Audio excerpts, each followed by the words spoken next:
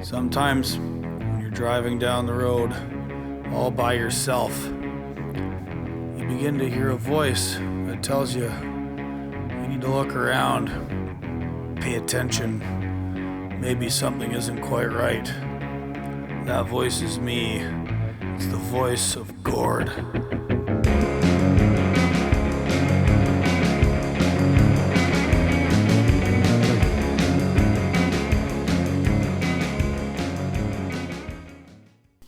G'day everybody, welcome back to Voice of Gord. Bit of a deep and dark conversation I've got here for you today.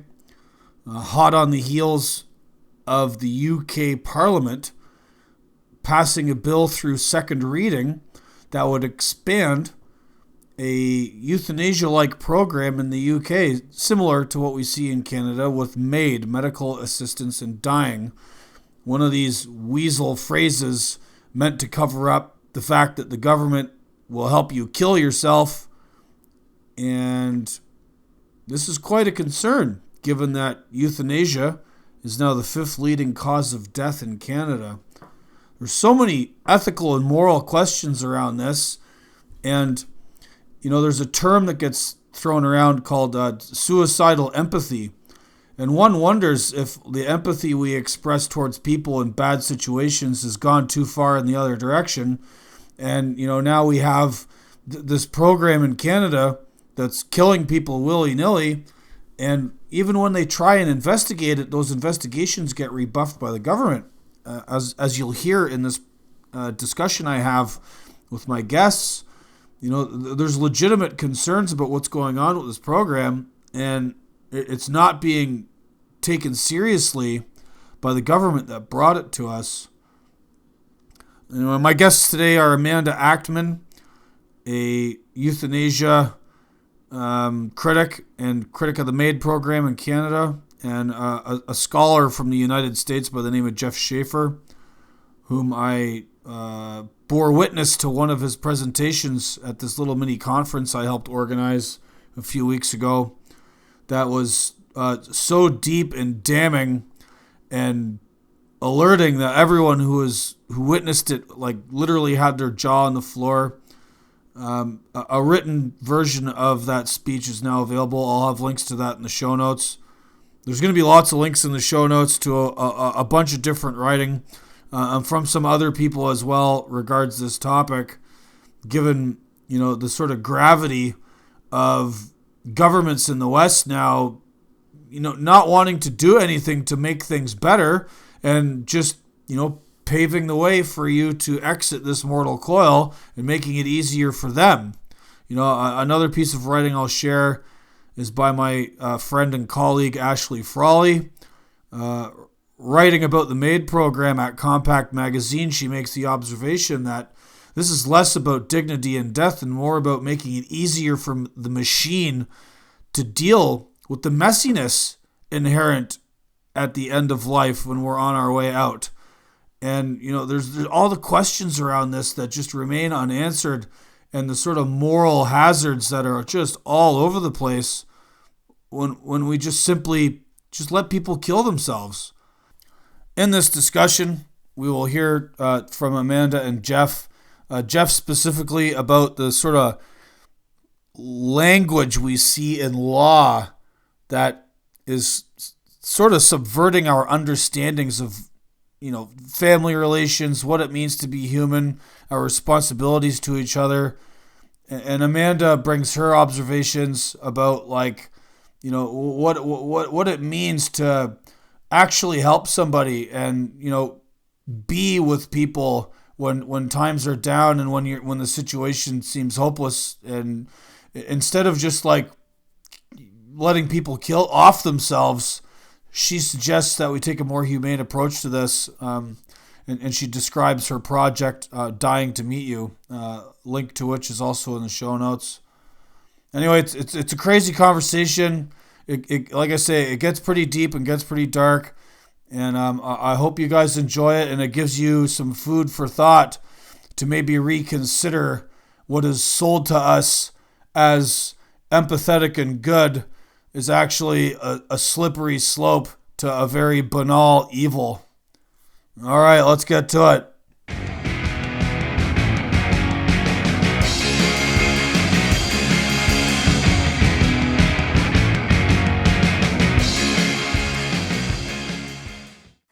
All right, g'day everybody. Welcome to another installment of Voice of Gord.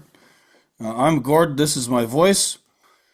If you've listened to the show long enough and you listen to my intro music, one of the little things I say in the intro is that you need to look around. Something doesn't feel quite right.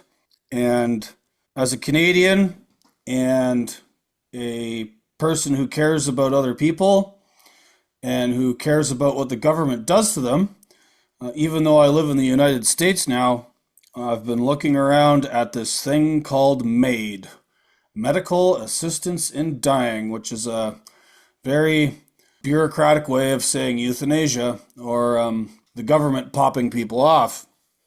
Tried to read up on this as best I can to figure out what's going on, which is downstream of just the last couple of years of my life having to renegotiate things after what happened during the COVID regime. And what do you know? All the bad guys during that were the same bad guys pushing MAID, or at least there's significant crossover. And it's very worrisome to me. I've also had all four of my grandparents are gone. Some of them left in maybe not the best physical condition, and I've had to contend with these questions before. So today, I'm bringing you guys a couple of guests who are very, very deep into this stuff and are extremely knowledgeable on MAID, euthanasia, and at the other end, something called Assisted Reproductive Technology. For to exit life, we must first arrive. And I thought, what better way to examine all of this than to bring a person on from each end of that. So my first guest, her name is Amanda Achtman. You might have seen a website she hosts called Dying to Meet You. She is also a prodigious writer and is a critic of the MAID program in Canada and euthanasia in general. And also, I'm bringing you a gentleman I met a few weeks ago at a little conference in Margaretville, New York. I helped to organize with Ashley from the Doomer Optimism podcast. G'day, Ashley. Thank you. This gentleman's name is Jeff Shafer. He is the director of the Hale Institute at St. Andrews College out in Idaho.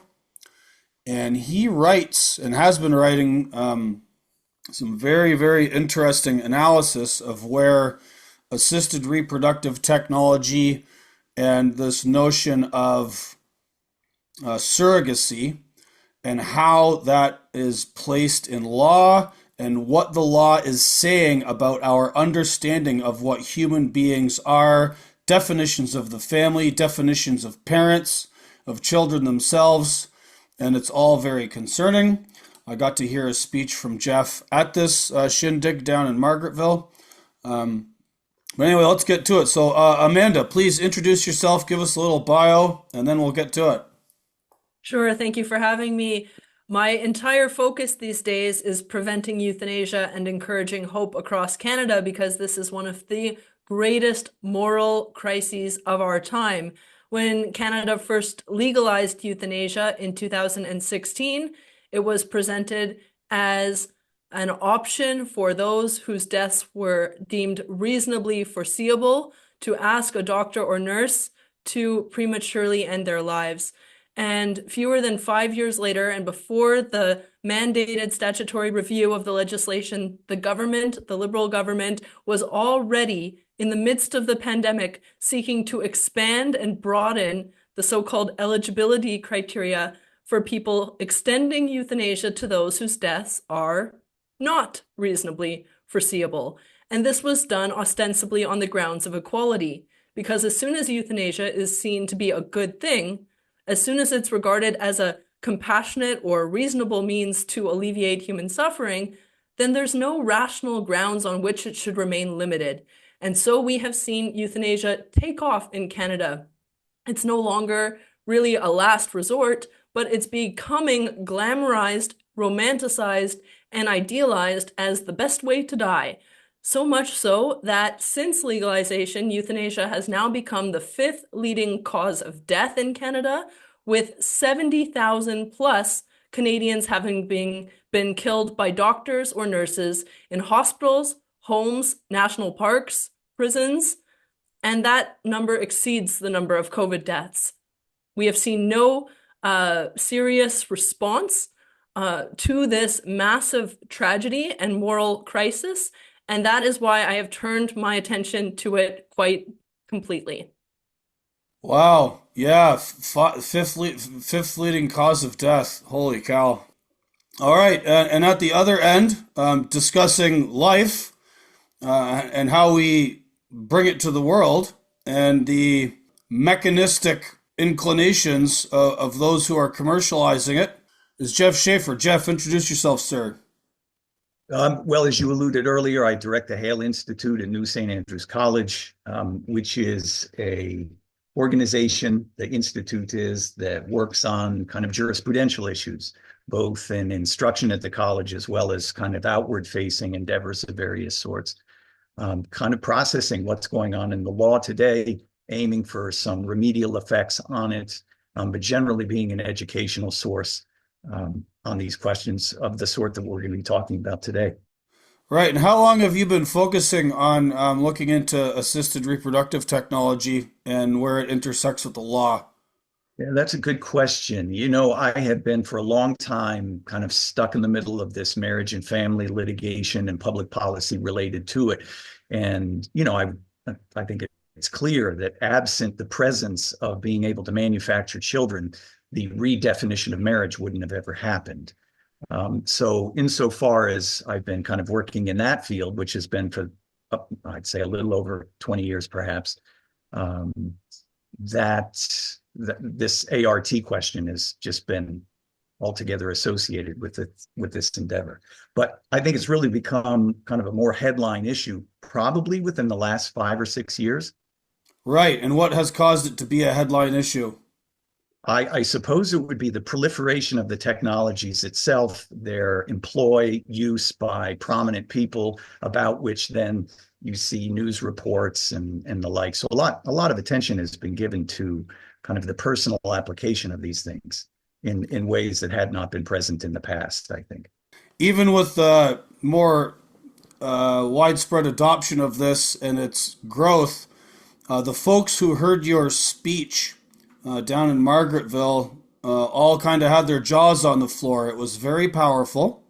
So I'm going to get you to start to riff on that. But first, I'm going to sort of introduce the speech through the words of my friend, the American philosopher Matthew Crawford.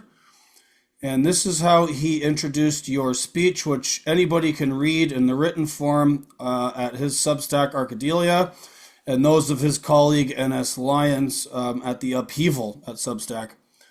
So here we go here. I want to share with you one of the most compelling pieces of writing that I have come across recently. It is titled Machine Anti-Humanism and the Inversion of Family Law by the legal scholar and former litigator Jeff Shafer. This is a paper he delivered in Margaretville, New York, at a small gathering of weirdos, malcontents, builders, farmers, and freethinkers brought together by Ashley, her husband Patrick, and myself. As Jeff Shafer spoke, I was thinking, who is this guy? N.S. Lyons and I arm wrestled for the privilege of publishing Jeff's paper. It was a tie, and so we were both publishing it simultaneously. It is about assisted reproductive technology, in particular surrogacy, and the effect it is likely to have on law by way of a reconception of the human being that necessarily follows if we permit reproduction to be recast in the transactional mold of consumerist and industrial society. Whatever your positions on the various form of baby politics, as in IVF or abortion, this paper will help you to see what is at stake when we disassociate reproduction from the fundamental relational setting in which it naturally occurs. For my own part, the quandaries of surrogacy are such that I am not sure it is to be condemned in every case. For example, as a gift from a fertile woman to an infertile woman with whom she is intimate friends. But it is not a gift economy that is emerging on this front, it is an industry. Allow me to riff on Jeff's paper briefly by way of a teaser. ART invites a totalitarian political dynamic, he writes. When the law permits and coordinates this commerce in persons, it teaches and ensures that the existence of a child is a legal problem for state resolution rather than a pre-existing relational truth that obliges state acknowledgement and deference. End quote. ART is defended in terms of reproductive rights, but in a legal regime co-opted by the logic of assisted reproductive technology, quote, parents are deemed provisionally accredited custodians, not naturally vested authorities, end quote. The likely consequences go beyond the political. The premise of ART, if they win a thoughtless deference from our legal order, will subtly install a condition of spiritual or orphanhood as normal. ART will tend to usher in a pure legal positivism that displaces natural relationality, extending politics into the very condition of human existence. In a sense, this operationalizes the picture of the human person that is tacit in modern liberalism. We are autonomous monads whose origins are of no consequence, untethered individuals, as Shafer writes elsewhere. I am reminded of Hannah Arendt's account of natality. That is, the fact that human beings make an appearance in the world by virtue of being born. For her, this is somehow bound up with men's ability to make a beginning, to initiate something new. That is, real human agency as against fully patterned repetition. Her logic is a little obscure but thought-provoking. To subject the natality of the next generation to rational control by us, so that the new one, that is the child, is a product of our choice and engineering rather than the mysterious arrival of a gift. Wow. In Arendt's terms, that looks like a tyranny of the present over the future and a deprivation all around. Huge thanks to Jeff Shafer for helping us think this through. He gives a link to an article you wrote at a place called Humanum. And so, yeah, Jeff, I want you to begin by riffing on your speech and your thoughts on the legal frameworks for all of this and what it means, and then how that ties into end of life with what Amanda studies. Okay.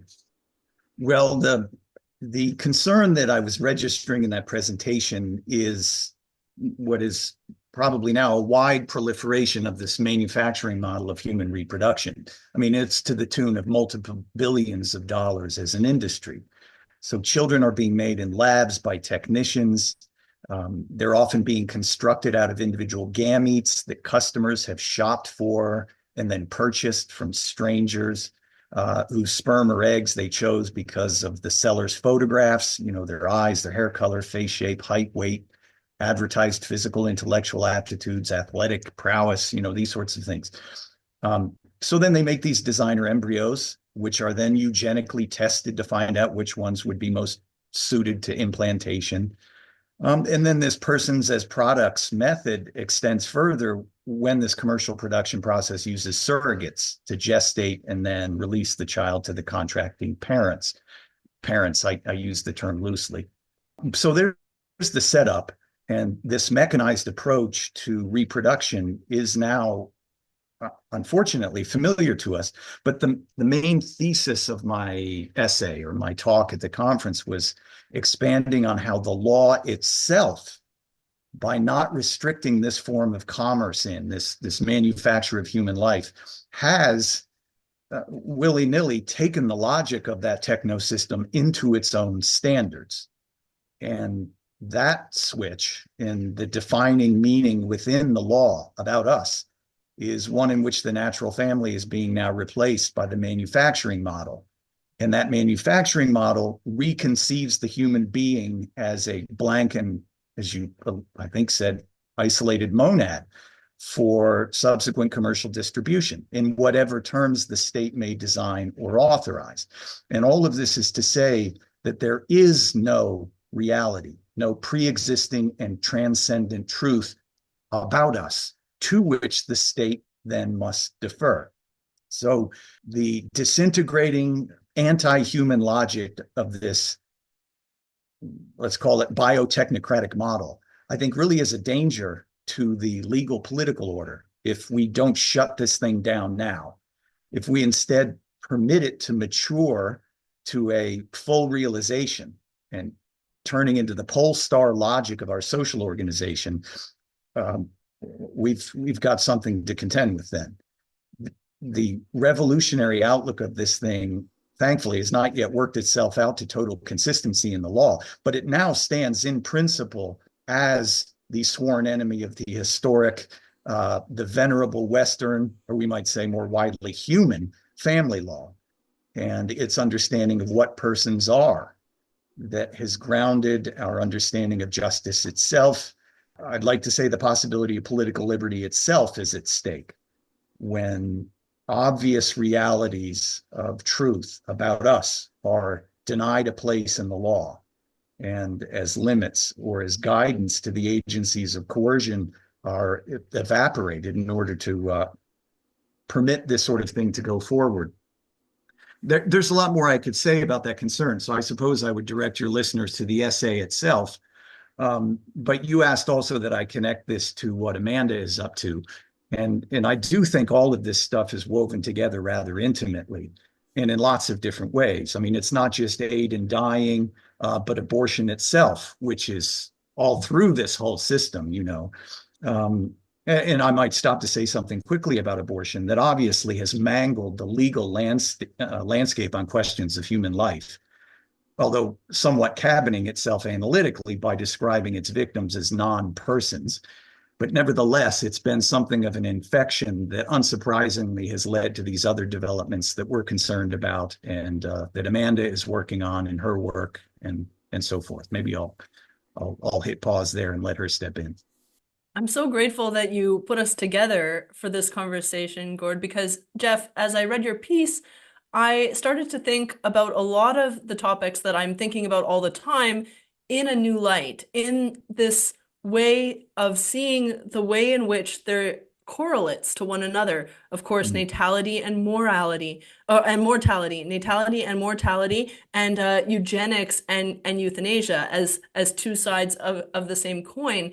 And there are so many fascinating and kind of yet unexplored territory in the law, particularly concerning end of life as well. And some of the questions that you raised really point me to that. One thing I've been thinking about that's very newsy in Canada is the expansion of euthanasia to even more persons with dementia. So in Canada, we do have euthanasia without consent. And of course, consent and capacity is such a key dimension of our law.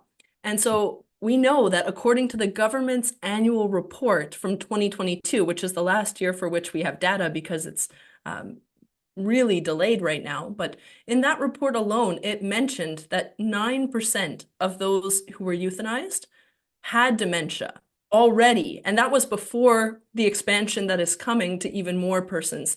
And that was under the sort of advanced consent where someone could get a waiver of final consent, where if they had been approved and then they lost the capacity to consent, the euthanasia would still be carried out. Well, Quebec is going a step further and saying as soon as you get diagnosed with something such as Alzheimer's, this is in brackets on the Quebec government website, as soon as you are diagnosed with a capacity eroding condition such as Alzheimer's, you may make an advance request to receive euthanasia in the event that you lose capacity to consent more completely. And so you have to have some dementia to qualify, but not so much dementia that you're excluded from consenting. Now, when we speak about the tyranny of the present over the future, talk about immanentizing that into the individual who is then binding their future self so irrevocably that even if they were to resist, we can presume that that advance request would be honored and they would be killed anyway. And so there are so many issues that arise here. And I think a lot of it is connected to some of the issues that we can diagnose at the beginning of life level of our anthropology in terms of autonomous individuals, the extreme privacy within healthcare that then leads to family members being completely excluded from any involvement in these practices, and then that creates further alienation and ruptures and severs relationships. I receive messages from strangers all the time saying this person in my family is planning to proceed with euthanasia and describing the estrangement in those relationships. There have been so many families torn apart. And this is on both beginning of life and end of life, and certainly on middle of life issues too. These bioethical issues are tearing us apart, dividing families. I see that all the time, all the time. I want to throw a comment in here, just with this notion of consent, and you gave us this sort of like bizarre and absurd example from Quebec, and you see various news items about, during COVID, there were certain school boards around the world that were trying to like remove parental consent from children to concede to being, taking on the COVID-19 juice. You're seeing pushes for this with regards to transitioning. They call it care. I call it butchery, but whatever. It's just this idea that like we are so atomized now that like parental consent for kids to do stuff, don't need it. Consent to like exit when maybe you're not all there and maybe there's other options, nope, don't need it. Like you've been atomized away from familial relations. Now you're a ward of the state and you can just do whatever you want. Yeah. That seems right to me. Amanda, did you want to I'll, dive I'll in? just, yeah, I'll just add, when we have euthanasia without consent, what is to prevent euthanasia of children? Really nothing. Because once we've decided that consent is no longer an essential criterion, which is what is being eroded here, there's nothing to prevent euthanasia for children. And we know that this is explicitly the next frontier of the euthanasia lobbyists, because Dying with Dignity on their website says that they support euthanasia for, they don't use the word children, they've invented the phrase mature minors. So if you have a Google alert on mature minor, it will only come up in this context of MAID in Canada, of euthanasia for children. And so always this distortion of language and pulverization of words' meaning. But basically, this next frontier is euthanasia for children. And we see this being advocated for not only by the euthanasia lobby group, but also by someone from the Quebec College of Physicians and Surgeons who was invited to testify before a parliamentary committee and advocated euthanasia for babies 0 to 1 with, as he put it, severe deformations and abnormalities. And when he was expressing his line of argumentation, he said, this is due to not so much the child suffering, but he specifically made reference to the parents suffering. And this is a very important point. Again, the stories of the euthanasia of persons with dementia are weighing heavily and are kind of front of mind right now for me, as I think this is a demographic becoming quickly at the greatest risk of being discarded, dismissed, and discounted. Just the other day, an 81-year-old man in Quebec was being charged for having killed his wife of 53 years. He strangled her to death. She resisted repeatedly. The entire death was captured on camera at the retirement residence. And what Canada is allowing and what Quebec is ushering in is euthanasia for that wife, for that woman. Now, this man says he did not act out of hate. He says, I did not act out of hate. I acted out of love. And then he said, we lived a good life and I couldn't take it anymore. I couldn't take it anymore. And I think this is really, really important because all of these projections of, oh, this person is suffering, this person is undignified, apart from all of those estimations, are we willing to get down to the truth of the matter that there's such a cowardice in us if we cannot abide people as they suffer and as they die? This is the most natural human thing.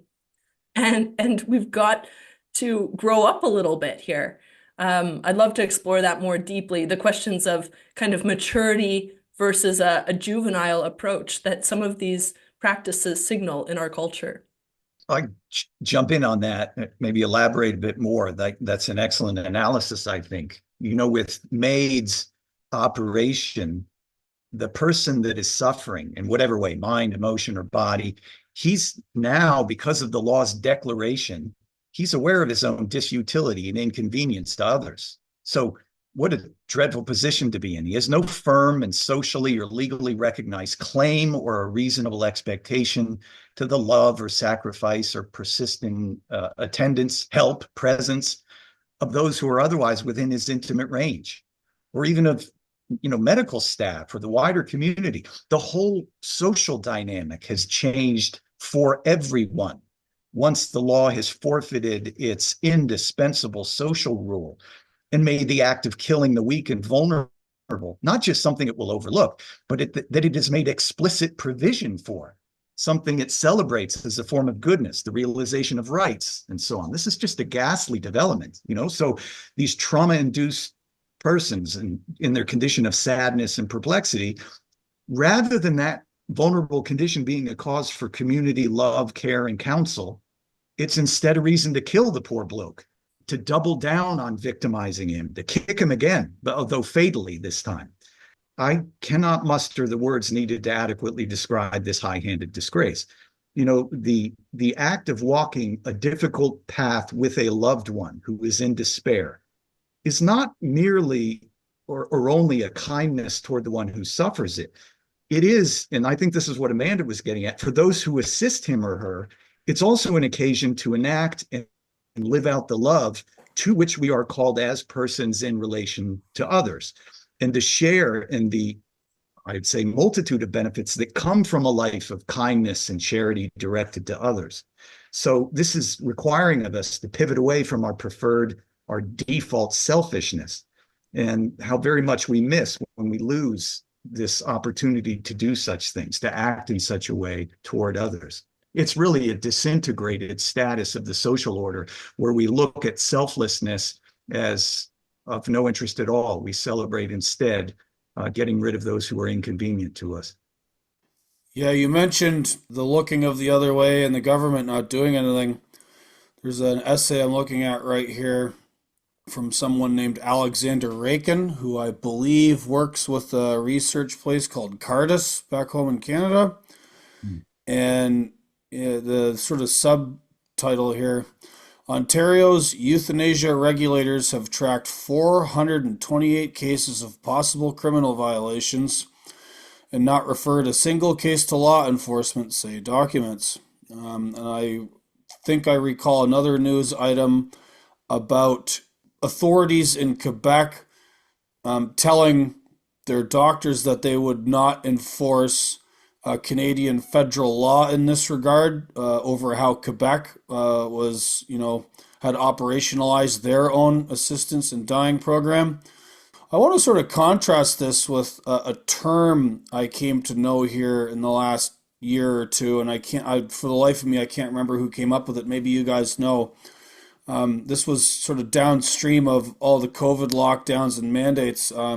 This idea called bare life, that the sort of color and community and family connection and none of that stuff matters as long as, well, you're still alive, and that's fine. Stay in your home, don't go anywhere, make sure you wear a mask, and just mere bare existence is all that matters. And I just sort of want to run that along with this idea that people are owed some kind of existence without suffering, and existence without tragedy, and all that sort of death entails. Maybe you guys can speak to that. Oh, there's so many threads to pick up there. Thank you for mentioning Alexander Rakin's work. He is an exceptional investigative journalist on this front. Some of his pieces have been very explosive. He's written in the New Atlantis and a few other outlets. And this latest piece on non-compliance, as you point out, demonstrates that there is admission by the coroner's office of all of these violations, and they've not pursued a single charge. No doctor has been prosecuted in Canada despite the countless abuses. And in cases where people have tried to get police to investigate the euthanasia death of a family member, they have been brushed off for all various kinds of reasons. And so this is not being taken seriously, even according to the existing rules and framework. Now, with the expansion, and you also touched on how the federal government is not doing anything about Quebec's decision not to prosecute in the cases of so-called advance requests, which is really, I call it death for dementia policy. Not only are they choosing to not intervene, but to just let Quebec be, they're going a step further and launching a national consultation on advance requests Canada-wide. And they've planned to do this consultation throughout December and January, because what could people possibly be doing in those 2 months besides thinking about euthanizing persons with dementia? It seems like the time to consult the public on this in this very short window. So it's very sinister. It's very dark.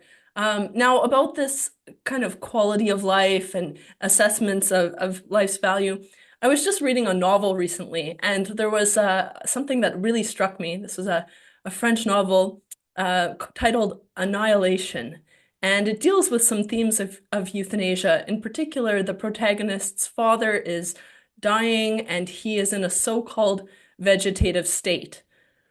But there are many other characters in the book, and in particular, there's this young boy who plays video games in the basement, like so many in the generation we see today. And the protagonist is prompted to ask, what really is the difference between this 9-year-old nephew and his father? It seems to him almost that this kid is in a vegetative state. Kind of how he's living his life is so kind of lacking in vitality and vigor and what you would hope a 9-year-old child would be up to. And so I just think it's so interesting. Those who would purport to assign value and quality to life, I'm tempted to ask, what's the quality of your life? Wherein consists the meaning and value of your life? What activities are you doing that so justify your existence? And have you ever thought about why you think that your life is, in some sense, superior? Because I think so often we reduce ourselves to activities or habits, and we're seeing this because each year the government produces this annual report on euthanasia. First, second, third, and fourth annual report on MAID in Canada, as they're titled. And each year, the response is the same. According to people's own admission who are seeking euthanasia, the #1 kind of suffering leading to their request is a loss of ability to engage in meaningful life activities. A loss of ability to do meaningful life activities. It's not pain or the fear of pain or financial or being a burden. Those all are on the list, to be sure. But mostly people think, once I can no longer do the things that make my life, I'm out. And I think that's a very important point to underline here, because euthanasia is not principally a medical problem. It's an existential problem. Well, that's a really good point. There were so many things that you said there that I want to riff on a little bit. So maybe I could jump through a couple of them. Maybe just working off the last point of this kind of despair and meaninglessness. I suppose there are a number of points that could be helpful in framing the issue that we're talking about, but maybe one that would be good for, I don't know, clearing the brush, turning on the lights, whatever the app metaphor would be, is this, what would we say? Public discourse in Western democracies has unfortunately been such that it has aggressively scrubbed itself of the metaphysical, of God, of the spiritual dimension of man, so that we are now to a great extent incapacitated to appreciate the nature of something like life and death and what it is. When the profundity of existence of man as a creature made in and by love and in the image of God with an eternal destiny and responsibility outside of his whims, when that form of awareness and appreciation banished from public categories, such that we're instead supposed to think and talk about these things in the exclusively immanent frame of a materialistic outlook, conceiving of persons as, how would we put it, ambulatory meat with eyes, ears, and a voice, and oriented only by concerns of pain, pleasure, convenience. All of this leaves us, I think, hopeless of insight to explain our intuitions on the severity and the significance of killing and dying. That is to say, if we're merely clustered molecules gasping air for a brief moment of galactic history before terminating in meaningless disintegration, why in the first place would we hold on to this antiquated notion of a moral concern with the likes of medical aid and dying at all? You know, killing off grandma or a handicapped child or myself as resource wastes would seem to make a bit of sense on this new model, it seems to me. Well, that is, if sense itself can be a priority on this way of looking at things, a point I don't concede, but don't want to argue now. But in all events, I think our cultural situation is one that has been largely inhospitable to moral realism and to a communal discussion of objective truths, precisely because we have nothing to orient us. Our manifest cultural angst and fragmentation, dissolve, nihilism, it's all kind of connected to, I think, this peculiar discourse climate in which the Almighty has been exiled. So anyway, that's maybe one point. I'd say we're already kind of artificially constrained about the kinds of conversations that we can have in the first place. The other point that I was thinking about as you were talking, Amanda, is the way the law is on this trajectory toward kind of widespread killing of anyone at any time. You know, Edmund Burke, he, of course, was in the context of row houses, but he said something like, laws, like houses, lean on each other. So when, you know, we see in Quebec this suggestion that doctors ignore homicide laws, okay, that's reprehensible, but it's veritably invited by the MAID regime that already celebrates killing inconvenient and unhappy people as a government priority. So when the law makes it legal to kill another human being, treating the question of human life and death as choices for utilitarian evaluation and balancing, that kind of move is not like legislating a percentage point change in tax rates or some regulatory adjustment to the required tensile strength of the steel used for bridges, or such a thing that eludes attention and is quite marginal in the grand jurisprudential order of things. But when legal determinations are arrived at that overthrow centuries enduring and civilization defining commitments on the meaning of human being itself and the treatment of the very life of those human persons, we're now talking about a guidepost that orients the law across the board in multitudes of features. So this is like fasten your seatbelt, friends stuff. A new magnetic field has been kind of put in place that draws the dependent aspects of the law toward the new priority and meaning structure. So I want to say a reorganization must happen because the law, this is the nature of law, it's ever striving to maintain a coherence within its varied aspects for consistency among its parts.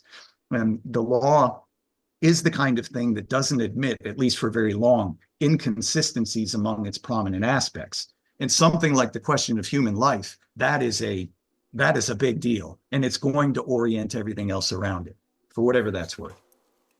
Amanda, you're very well versed on MAID and euthanasia, and I'm wondering if you could speak to the bringing forward the legislation that made MAID possible and the wording of it, and do you have a sort of an analysis of what that looks like via how Jeff is showing family law to basically nuke all of these traditional understandings we have of relations, family, personhood. Like what did that look like in the legislation that brought MAID to existence? Sure. Great questions. When Canada legalized euthanasia, it was in response to a court decision. And so we didn't have a big public conversation like what's happening in the UK right now. Most people are watching the conversation in the UK and wishing that we could have had a public conversation happen. It basically didn't. It was ushered in by a court deadline. Basically, people, a couple major court cases that included persons saying that the inability to have a doctor kill them was undermining their rights to, ironically enough, life, liberty, and security of the person. And so there was eventually a very kind of groundbreaking and shattering decision on the part of the Supreme Court that was unanimous to allow euthanasia, and then giving Parliament a deadline to make a law around it. And so then Parliament made the law around this tight deadline, and it was legalized in 2016. I started paying attention early on because, well, partly for the reason that my grandfather was living with us at the time. I was in my high school and early university years, and he was in his late 80s and early 90s. And I kept hearing about medical aid in dying for those whose deaths are reasonably foreseeable. And anyone who is in their 80s or 90s or knows someone who is can expect that life is that death is becoming increasingly foreseeable. And I definitely saw the moments at which in my grandfather's life he would have certainly been tempted to ask for it had it been available while he was still alive. Thank God that wasn't the case, and he died naturally. But I started to see this as an affront, and as Jeff alluded to, as something that corrodes people's sense of worth and value across the board. So a brief mention there that as soon as you have criteria, it cannot but have an effect on everyone who fits the criteria. That's why it doesn't work to say, oh, don't want to be euthanized, don't get euthanized. As soon as you have criteria, you have a threshold, you have a standard. Anyone who fits the criteria is discounted, dismissed, and devalued inherently because they're told you qualify, you're eligible. Even that language is so gross. Some people with disabilities are saying, this is the first time the government's telling me I qualify for anything, and it's to be killed. So, consider the toll that it takes. And similarly, if 9 out of 10 people with ALS opt for euthanasia, how free is that 10th person to not opt for it? It's like children with Down syndrome. If 9 out of 10 are aborted, how free is that mother to carry her child to term who has Down syndrome? The answer empirically, with every anecdote that we see, is not very. And that is deeply concerning. So that was a bit about the criteria. Now, at the time, I was studying philosophy, and specifically, I was reading about Augustine on free choice of the will. And in that text, I was impressed that in the 3rd century, he was considering the topic of suicide. And Augustine was arguing that people do not seek suicide because of a desire to die and to no longer exist, because it's not possible to desire non-existence or non-being. People only desire goods. And I started to compare the court cases, and particularly of a woman with ALS whose case led to this kind of legalization. Was she really desiring goods, or was she really desiring not to be anymore in the world, not to exist? And from everything I could find going through her case, she did desire real goods: comfort, dignity, privacy, security, all these things that are essentially goods of the human person and of human life. This is very important to pay attention to, because in all the years that I've been paying attention to this, since legalization, especially in 2016, what I found is that the request for euthanasia is not so much the expression of a desire to die as it is the expression of a disappointment. It's an expression of a disappointment. And the question is, are we going to be sufficiently curious to get to the underlying nature of that disappointment? It is so much easier not to. It is so much easier to say, it's your choice. Okay, hands off. But that, again, is a juvenile posture before a situation that demands maturity. That's why I love the writer James Baldwin, who says, We don't need to look for suffering, like enough is as good as a feast. We have plenty of it in our lives. But he says those who do not know how to suffer can never grow up, can never discover who and what we are. And the reason why I'm able to focus on this issue of euthanasia is because it's not really just the issue of euthanasia. This is the issue of whether or not it's good for us to be in the world at all. What is the meaning of life? What is the meaning of relationship? What is our ultimate identity and destiny? Those are the questions, the ones that Jeff is getting at, the underlying anthropological and existential questions that are so rousing and interesting, because euthanasia is also a crisis of self-esteem. We think of self-esteem in young people predominantly, but it's a form of a self-esteem crisis. It's also a form of self-harm. And when I say that to younger people and they realize, oh, there's a connection here between the self-harm and euthanasia. It's so obvious, though. It's so obvious that we have a self-harming behavior and practice that is conceding to a person in their moments of despair. And a person's worst day should never be their last day, but it's up to the community to come around and make sure that that's the case.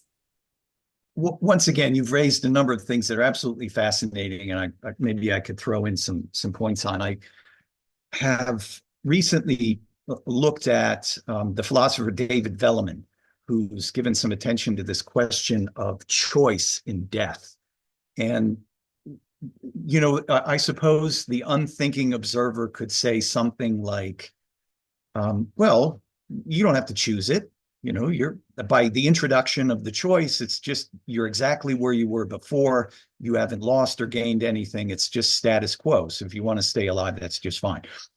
That's altogether false for lots of reasons. But I thought Velleman had some interesting points along these lines.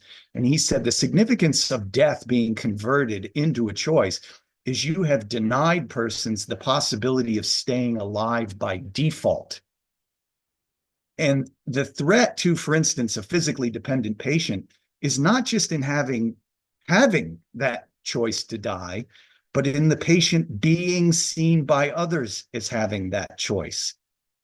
So I have Velleman here in front of me. Let me just read this real quick. He says, once a person is given the choice between life and death, he will rightly be perceived as the agent of his own survival. Whereas his existence is ordinarily viewed as a given for him, as a fixed condition with which he must cope, formally offering him the option of euthanasia will cause his existence thereafter to be viewed as his doing. That's the end of that quote. Now, this, of course, in turn invites other people to inquire into, or indeed to require, his explanation for why he is continuing to exist. You know, it further authorizes these questioners to assess the quality of his answer to their question. Has he given us a good reason for his staying alive? But this newly arrived expectation that a person offer reasons for living, of course, has already stacked the deck against the hapless fellow, whatever he may offer, or however strenuously he may offer it. Because life itself has been reconceived once we've classified it as a selection. Once it has become a choice, life has unbecome itself. It's no longer this received gift in the context in which we live out our responsibility for all of the choices we make during life, but now life itself is just one more among an array of choices. So any of this vulnerable, elderly, suffering patient's reasons for continuing life, again, he now has to answer that question. What are your reasons?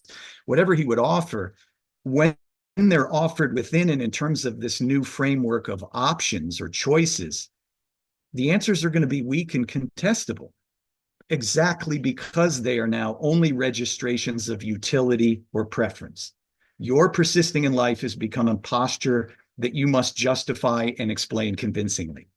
Okay? So also by the law making life a choice, it eliminates the basis to honor the person's selection once it's made, not just because they are mere preferences rather than the truths of being and moral imperatives, but because the choices themselves lose value once the person's whose choices they are loses value. Are you following me? Amazing. Absolutely on point. Velleman makes this point. He argues, he says that how does he put it? Something like, when a person's choices are not worth protecting for their own sake, but only for the sake of the persons whose options they are. So if the person's very life is not a given that demands the law's protection, how can his choices be? Velleman says his interests wouldn't matter unless he matters. That is, unless he had a value that was prior to and not commensurable with the value of his interests. So the law's introduction of the euthanasia option makes a person's choice about it, including the choice against it, really of no grounded significance. It can be overlooked.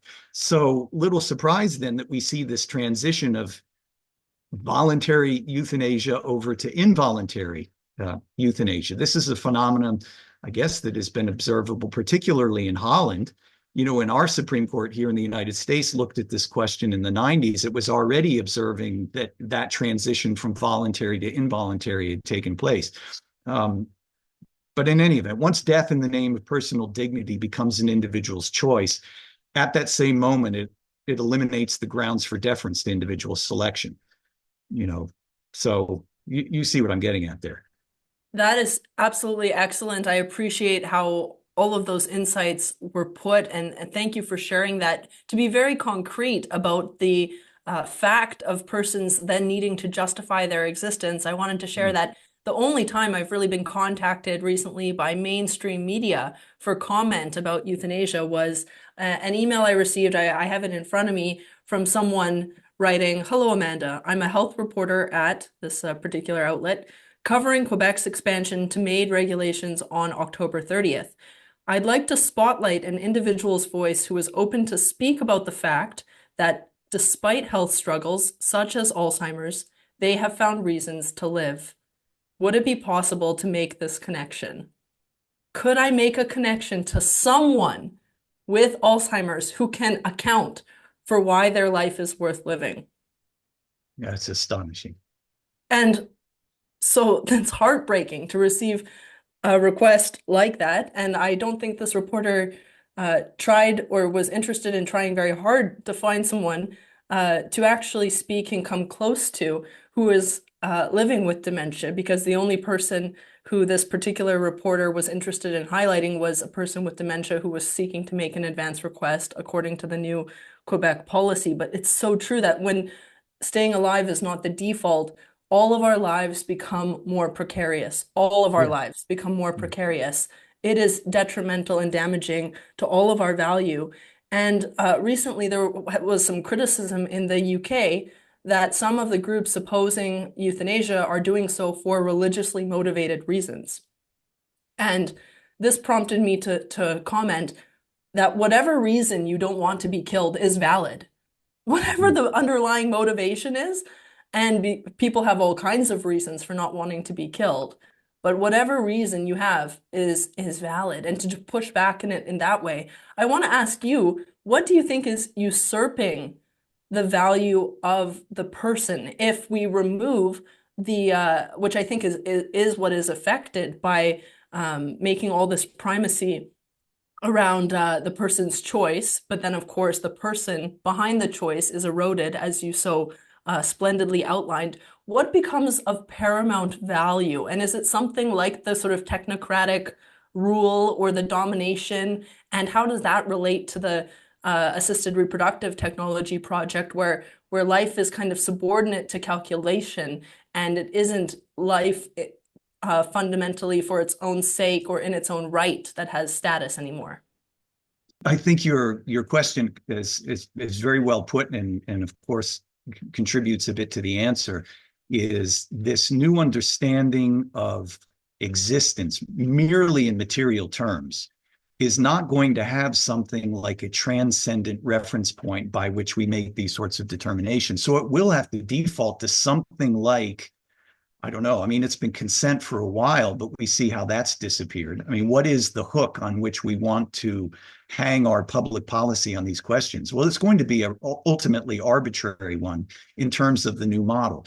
So when we conceive of the created order instead as just a bunch of stuff to be manipulated, really what we're left with is something like power relations and kind of pleasing ourselves, but And if it turns out that the weak and the fragile get pushed out of the way, that's all in keeping, I suppose, with the new model. I despair of any kind of solid reference point or good justification in terms of this new technocratic model that refuses to see a kind of integrity and beauty beyond what can be weighed. I mean, if it doesn't have a weight and a color, it's not real. So the kinds of things that are truly meaningful elude measure, and so they end up not entering the conversation.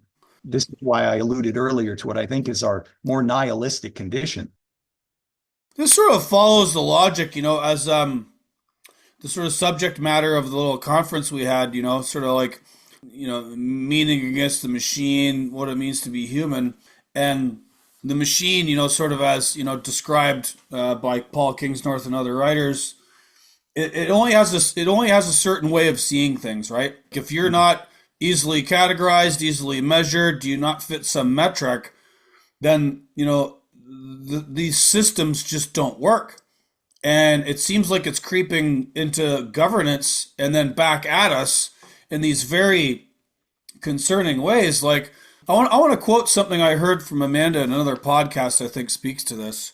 And it says, we've removed the cultural tenor and meaning from death and dying that makes us able to contend with it with maturity and humaneness.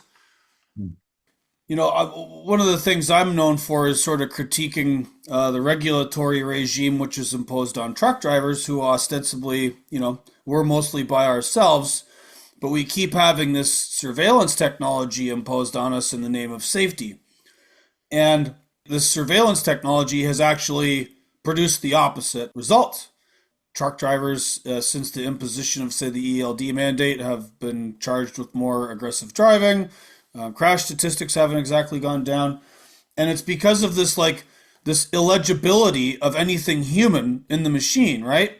And it's human to be born and it's human to die. And there's these sort of processes, and it's not always, cut and dry. It's not always simple. Dying sucks, and sometimes death takes a long time. But it doesn't make any sense to the machine. The machine just sees zeros and ones and meetings and bureaucrats. And, I wonder some of the sort of supposed oversight that we're supposed to have over programs like MAID. They're committees of bureaucrats who are basically unaccountable.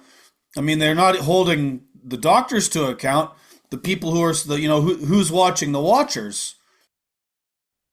Yeah, it's certainly a problem to pick up on that last point about who's watching. The persons who are choosing to participate in euthanasia are quite committed to the belief that euthanasia is a good thing. And I've read some of the memoirs of euthanasia doctors. There are several out.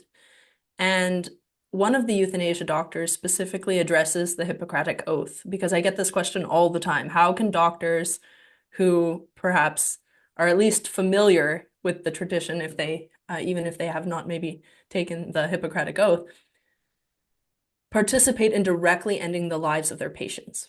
And this euthanasia doctor in her memoir says, I don't think that I'm harming my patients. The illness is doing that. It would be harmful if I didn't kill them. Essentially, this is the rationale. And so to get back to those first principles and fundamental points, we're not at a stage of really, or rather I'll say we're at a stage where we have to ask first, what is harm? Because there's no presumption that that we have the same kind of understanding of what is harmful and what is helpful in this and in so many other domains. And yes, we have, as a culture, shifted considerably on these topics, and in the face of suffering and death.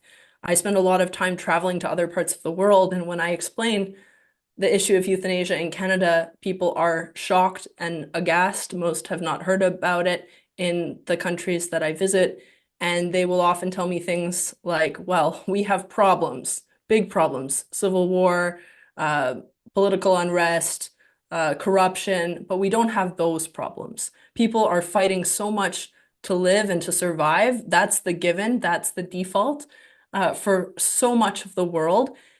And so I'm also asked often, what is it about Canada, or what is it about the most developed countries that become the most tempted in these regards? Why is it that that we are kind of at the forefront as developed countries? And I think Jeff has already given some good clues with respect to the loss of the horizon of transcendence, deforming the view of the human person, and shrinking us from our relationship with God and with a standard outside of ourselves against which we measure our lives.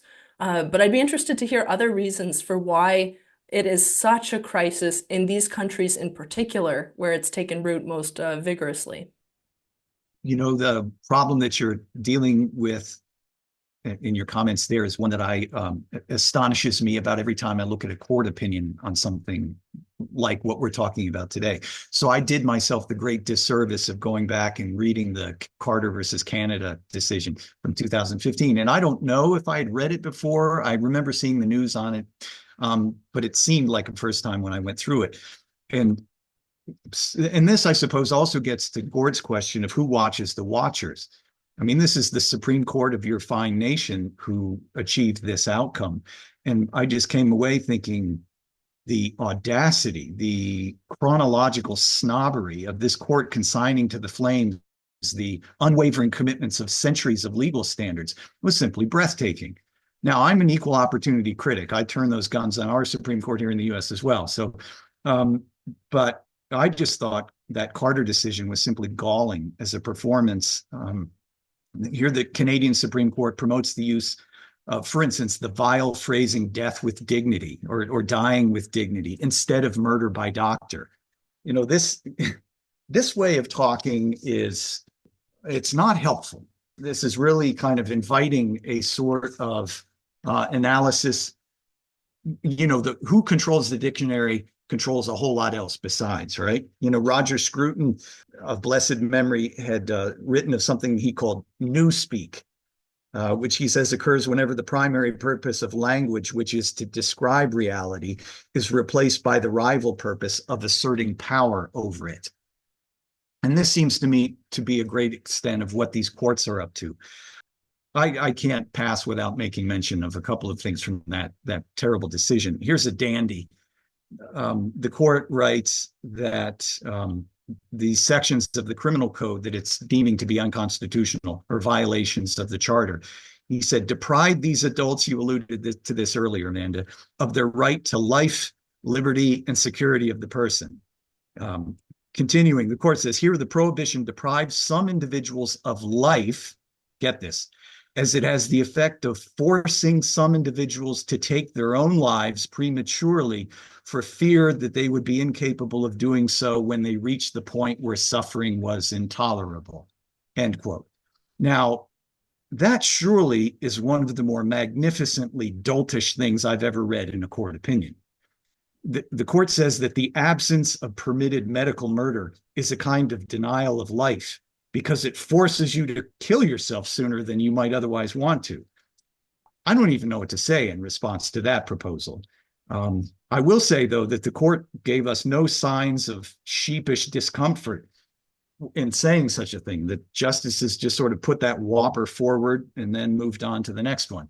And there were a number of whoppers to be found throughout the opinion. But that, I thought, was a real dandy. The other thing of interest in that case was the court recast the reason for the homicide law that had been, of course, in place for centuries, at least as a policy, not as being present to protect human life, but instead is there only to protect the choices of vulnerable persons as to whether they wanted to live or not. So the court rigged the whole analysis to eliminate the law's interest in preserving life and really reduce the law itself, the statute it was discussing, as if it, like the court, thinks only in terms of choice, not in the givenness of life. And once the court had set it up that way, thereafter, it was a piece of cake to strike it down by saying, oh, of course, we can design a system in such a way that protects the interests of the vulnerable, and so on, which is, of course, now been demonstrated to be false by the sequence of events that have taken place in Canada thereafter. But in all events, the court just essentially came to the conclusion that better off dead is the baseline commitment for Canadian policy, and anything that gets in the way of that is a violation of the charter. Yeah, I'm not a big fan of the courts. There's this term, judicial activism, which originated in the United States with the sort of the Supreme Court taking on other roles because, in the minds of some people, Congress not doing their jobs. But we've seen this imported to Canada where, there was a challenge to the sort of COVID regime launched by one of the guys who wrote the charter, the Honorable Brian Peckford, the former premier of the province of Newfoundland and Labrador. And they had to appeal it a couple times, and the court just said, we're just not seeing this. And then we have current, sort of the big cheese on the Supreme Court of Canada, this guy named Richard Wagner, who was on Quebec radio or television, or maybe it was a newspaper interview, giving his opinion about the Freedom Convoy, calling it anarchy, and the government should react with the, most force possible. I guess because, protesting for your right to have something beyond bare life was not in the cards for Canadians during the COVID regime. And then, we get all of this Orwellian language around MAID. I'm just opining here. I have very, very low opinion of the Canadian judiciary right at the moment. And then we have, ongoing political persecutions of peaceful protesters. This guy, Pat King, last Friday got found guilty 5 charges out of 9 for being a loudmouth online, I guess, having an opinion. So, yeah, anyway, I'm going to demur to Amanda now before I get mad. The language is certainly an important consideration, and I think in the UK, it's clear that the euthanasia lobby group has given all of the language that is the content of the current private members bill. In Canada, the organization that has for 40 years been trying to legalize and subsequently expand euthanasia says that as their mission, they seek to eliminate unwanted suffering. And since most suffering is unwanted, it's become some framing that many Canadians have I suppose found compelling. And I'm reminded of that great essay by George Orwell on politics and the English language, and the point that as thought corrupts language, so language is also corrupting thought. And we see that with dozens of euphemisms and cleverly devised phrases that have desensitized and deadened people's ethical reflection on these points from, first of all, euthanasia, then assisted suicide, then medical aid in dying, then physician-assisted suicide, then all these terms until finally it has become known ubiquitously as MAID, an acronym that is ubiquitous in law and politics and culture. And similarly, so-called advance requests for death for dementia. It's so morally obscuring of the realities going on here. Similarly, the euthanasia lobbyists have come up with this phrase, forced transfers, to describe any institution that will not do euthanasia on site as somehow forcing the patient to transfer to a place that will kill them, and that this is an injustice. And so the few hospices and hospitals that don't do euthanasia are being chased after with legal challenges for ostensibly forcing these patients to transfer, even though patients have to transfer from one place to the other for all other kinds of reasons all the time. But it's this wording that plays to people's concerns about coercion and choice and everything. But really, people are deadened because what patients and what persons with disabilities and what many elderly people are saying is, I want a euthanasia-free space. I don't want to know that the person in the room next to me or right before me was given a lethal injection, because that makes me feel very insecure. I want to be in a place where this is not done. So As long Yeah, as they so didn't walk down the street in Vancouver and see people injecting themselves with death willy-nilly on the sidewalk, if I might be so coarse. That's just to paint the grim picture we face in Canada now, right? So we have this MAID program. We have a bunch of activist judges that don't care about your charter rights anymore. We have all these people that just want you to accept bare life. And especially in provinces like British Columbia, there's just fentanyl and people on drugs everywhere. People, I think there's like 100,000 people living in tent encampments now, many of them in BC. We've basically over and above legalizing death, they've also legalized suffering, which causes so much more of it. Like it's like Hades on Earth. The observation, Amanda, about the patients who just wish to be in a place where they don't feel at risk of the integrity of their lives is one that I think is utterly perplexing in this field, because the presence of something like legal euthanasia is to invert the entire medical profession.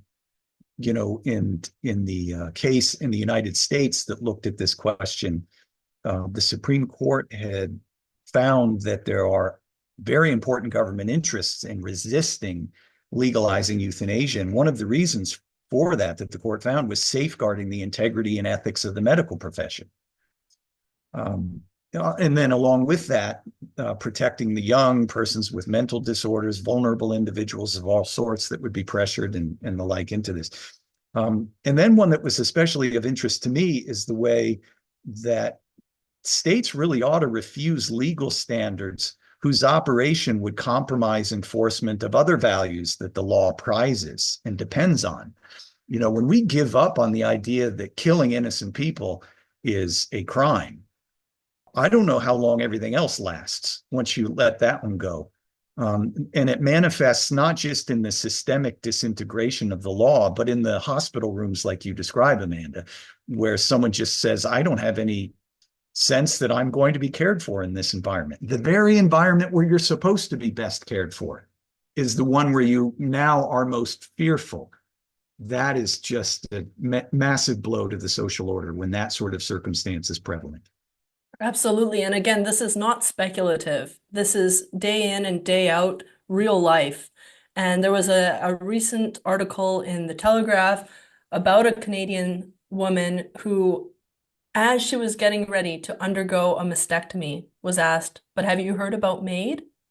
How can you entrust yourself to a doctor and to a surgeon and to a medical team when that is raised?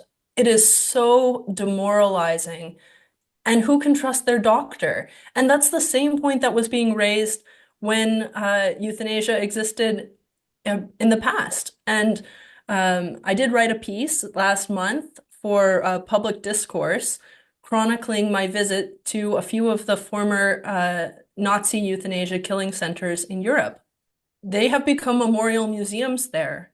There are a few that can be visited as memorials. And to pay attention to what were the conversations, what were the arguments at the time, and also what happened with the Nuremberg Code and the doctor's trial. Many of these things are already being so quickly forgotten, but those doctor's trials, what were the crimes? What were the defenses? All of this needs to be revisited and reckoned with seriousness, because so many things are familiar when I listen to the arguments of the time of who can trust their doctor.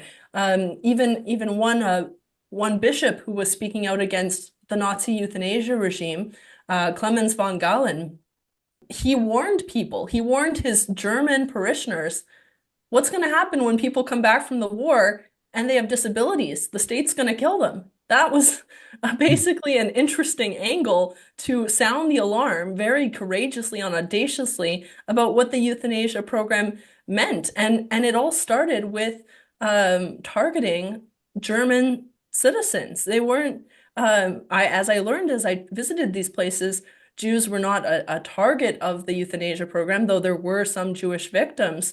but it was almost seen as too merciful for the Jews, and they were banned from some of the psychiatric institutions that became the killing facilities. So it's a history that bears study, and I think the historical victims deserve their unique recognition for the circumstances under which they died. And at the same time, the fact that these places exist as memorial museums that are, I think, seldom visited by North Americans, but increasingly they're working to make those exhibits more available in English and things like that.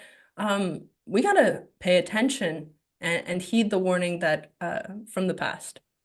Yeah, one could wonder in some of these pro-euthanasia environments or jurisdictions why Zyklon B showers in the death camps would be a concern at all.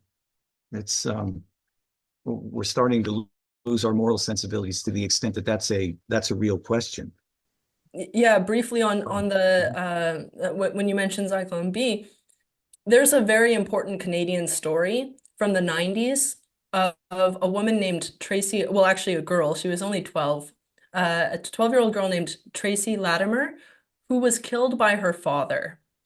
Now this girl, she had cerebral palsy, and she was not capable of speaking, and her father killed her by gassing her in his truck while he watched through the window while his wife and the other children were at church. And he tried to conceal the fact that he had killed her, but eventually he admitted it. And now he's living on his farm in Saskatchewan, and he's out of jail, and he has no remorse for what he's done, and he feels very vindicated, I'm sure, by euthanasia being more and more ushered in within Canada. But I was just so shaken when I reread, or maybe when it occurred to me differently, that he had watched his daughter die through the window after gassing her, this child with a disability. And how was this discussed in Canada? It was not a clear-cut, egregious violation of the moral order, although that's obviously what it was. Instead, when you read the New York Times article and the Maclean's article from the time, this father is described as a clean-living, salt-of-the-earth, hardworking Saskatchewan farmer, while his daughter is described as a 38-pound, diaper-clad, disabled, nonverbal kid. It is so dehumanizing. And I think it's crucial that when people wonder, how did we get here? That's how. Obviously, eugenics has not left us. It's just manifesting now in different forms. And I suspect we're going to return some of those old forms as well. There was a case in the 1920s where the Supreme Court of the United States, Justice Holmes writing, this is the case of Buck versus Bell. I don't know if you're familiar with this, but it was a case involving the constitutional question of whether a supposed imbecile could be involuntarily sterilized. And this was in the 20s, so the eugenical imperative was predominant, in the elite strata, and it just kind of translated right into this decision. And so Justice Holmes, in writing it, is talking about those who sapped the strength of the state, were being swamped by incompetence. Society should be able to prevent those who are manifestly unfit from continuing their kind. Famously, he wrote, 3 generations of imbeciles are enough. But this kind of arrangement has never really left us. It went underground, I think, after World War II, as the world gazed in horror upon what had happened in Europe. But the general idea of how we look at the world has persisted. And this is where I think it's manifesting in ways, even in how we initiated this conversation with these reproductive technologies, that after the batches of lab constructed children are present in the dish, we evaluate them. We do genetic testing to find who's worthy to enter life and which ones should we get rid of. So I think we have a real perplexing moral problem that requires a repentance collectively, but a new way of looking at these things. And then parents will need to justify their child's life when they haven't pursued genetic selection of optimal embryos. And that is also such a distortion of anything good and human. It will be like, why, when you could have chosen, did you not choose an optimal human being to bring into the world? Why did you choose someone who is expensive or burdensome or difficult or anything like this? And again, whenever there are those kinds of calculations, it makes all of our lives more precarious. And I think of how some of the disability rights advocates and Canadians with disabilities speak out and speak into the conversation here. One describes herself as being a fugitive of genetic science, and how basically her existence basically depended on coming into the world before some of the genetic testing that might have led to her being discarded at the outset. And we see that sometimes parents express a feeling of genetic guilt for passing on genetic predisposition to their children. And so with this sense of power comes this sense of guilt or blame or praise or responsibility for the kind of children who are coming into existence. And this making rather than being created, begotten, right? This being made rather than begotten is shifting so much else. It's shifting the entire ground on which we stand. And I think it's going to lead to a lot more insecurity and anxiety. When we wonder, how are people so restless and anxious? These underlying phenomena are part of that underlying anxiety that we are now finding is rampant. Yeah, that really is the wicked result of saying that all questions of existence now are to be explained by the participants. That is a burden that cannot be borne. But it's associated with the idea, once everything is a choice, where everything is something we make, then everything that exists has to be justified by you. Life is no longer something we have received as a gift with all of its, warts and all.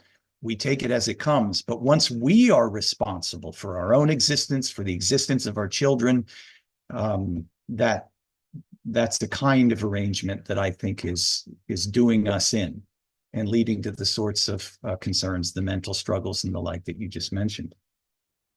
But there's a kind of vicious nonchalance about really important things in the new legal order. Oh, some pretty heavy duty stuff there, guys. Oh man, I've kept you both here now for around about 90 minutes. I want to be respectful of your time and offer you the opportunity to wrap this up and perhaps show us a little light over the horizon with all of this dark talk. Well, it's not as if there are no bright spots. I mean, we've been talking about the problem, I think, because it really needs to be assessed and analyzed and critiqued and the like. But, just in the last election we had here in the US a few weeks ago, the state of West Virginia had a constitutional ban installed on euthanasia. Several other states rejected a plebiscite or a citizen initiative to have euthanasia enacted into the law in their states. So we see that kind of recognition. Maybe what we'll end up with is something like a split among jurisdictions that we can kind of wander in the direction of healthy life in some places. Certainly in the United States, in our particular federal structure, we at least have some amount of opportunity to resist and come up with alternative ways of looking at things. I was thinking earlier today about, there was a case a number of years ago. I don't know if you're familiar with the French dwarf tossing controversy. No? I mean, No. you know what that is? Oh, No. dwarf tossing. Familiar. It's not prevalent here in the States. I think it's something in Europe, perhaps more. It involves competitive throwing of persons with dwarfism, judged for distance or target accuracy or something along these lines. Are you kidding? Oh, I'm serious.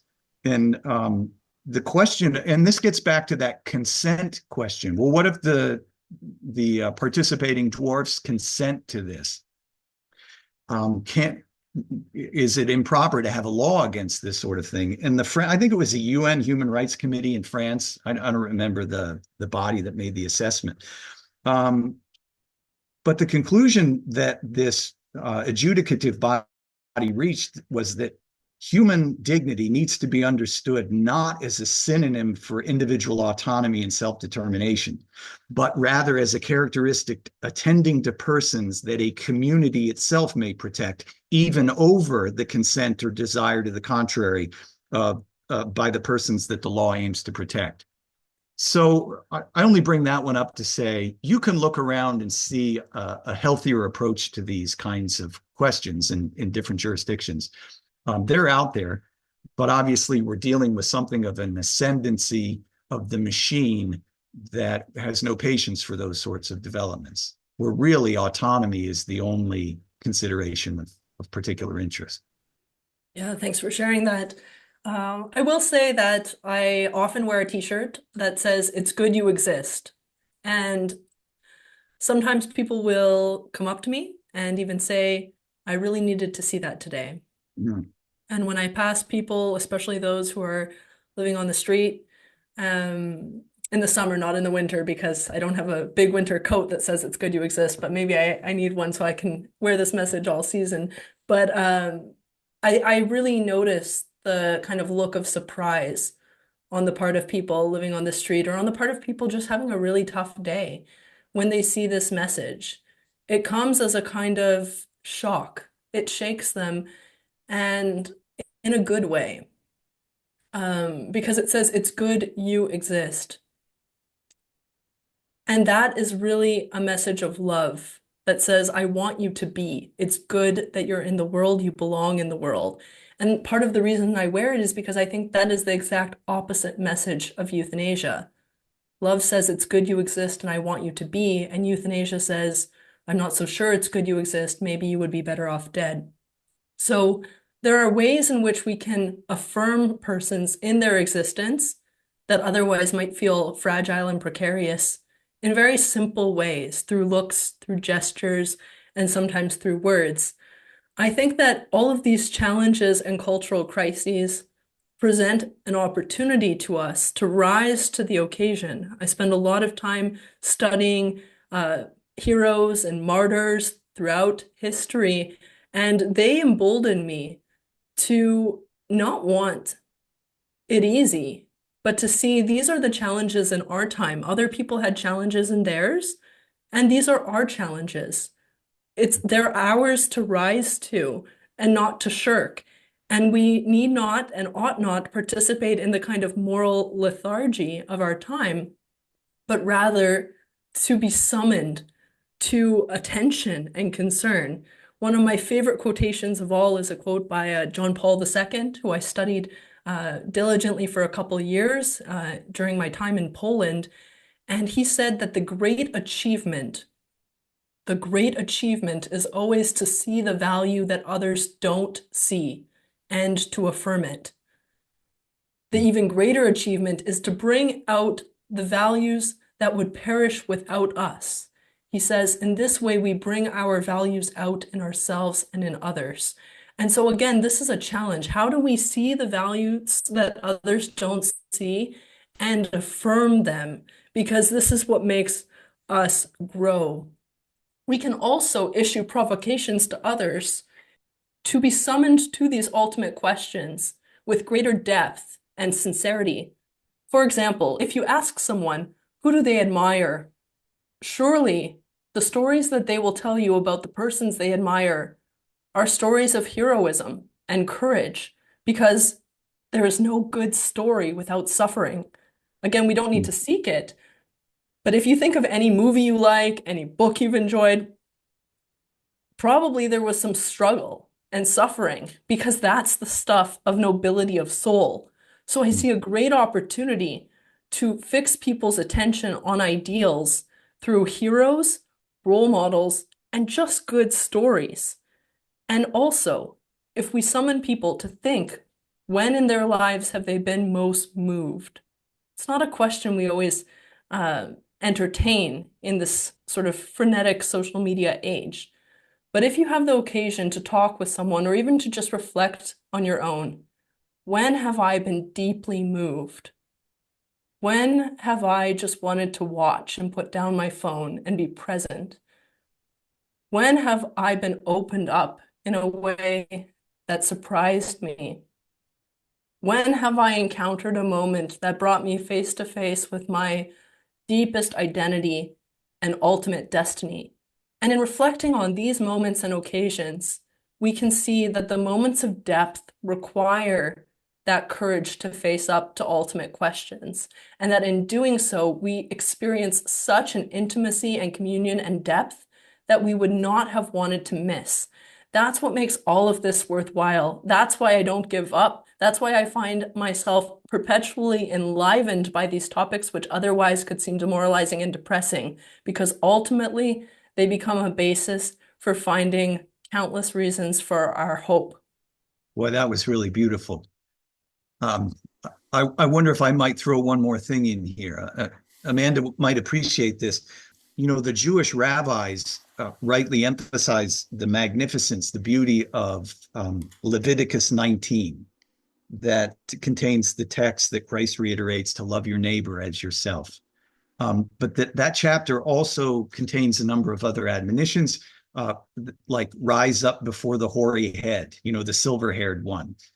Don't put a stumbling block in front of the blind. Don't curse the deaf. The idea in all of these is that we, and really any social order worthy of the name, should be oriented to solicitude and honor for the weak and the vulnerable and the dependent. It's how we all began life. It's how we ordinarily end our lives. And so from our position of relative strength and independence, we really should be bearing with the infirmities of others, you know, helping them with the loads they carry, thereby not just tracking with the love that made and sustains the universe, but reinforce the vital truth that the very nature and character of human being is one of relationality and mutual dependence. That is our condition as human beings. It is our calling. But, you know, when independence and autonomy and pursuit of self-interest and pleasure and all these other things we've been talking about become the organizing principles of a life properly lived, and then the law reinforces and teaches and propagates this polluted notion, society organized on those grounds, I would want to say, is effectively finished. It is no community if it will not commune, if it won't walk with and shore up the weak. So I just think here is an area, an important point for our dissenting or our dissident voices to call the law and its handlers and the community back from the brink. And it's great work to be doing. And what a, you know, treasure it is to be able to work on these sorts of things. And kudos to you, Amanda, in particular, for all the work you're doing in the field. And thank both of you for agreeing to speak with me today and engage in this conversation. There was a couple of points there that were pretty dark and morbid, but you know, you can't get to the light until you kick through the dark. And you know, we have to have these discussions, as uncomfortable as they might be, because you know, if we leave it to our governments, well, it's all bare life until there is no more life, right? Mm. Thank you very much for coming on. I'm going to have links to all your guys' work in the show notes. Where the best place do people find you online? I cherish anonymity, so it's difficult to find me. Oh, good for you, Jeff. How about you, Amanda? People can follow me on X at Amanda Achtman and check out my website, dyingtomeetyou.com. Right, yeah, and I encourage everyone to go check that out. It's lots of resources. There's a little tab for all of Amanda's writing. I'll have links also to the work of Cardis and some written work from Jeff. There was also an interesting piece put out at First Things recently called Resist the Conception Machine by a guy named Michael Hanby. And then I'll link to the Substacks of Jeff's really awesome presentation down in Margaretville. Hey, guys, thank you very much. I'll probably get this out hopefully before Christmas. So to my listeners, Merry Christmas. To you guys, Merry Christmas. Thank you. And may we have a happy new year full of life and joy.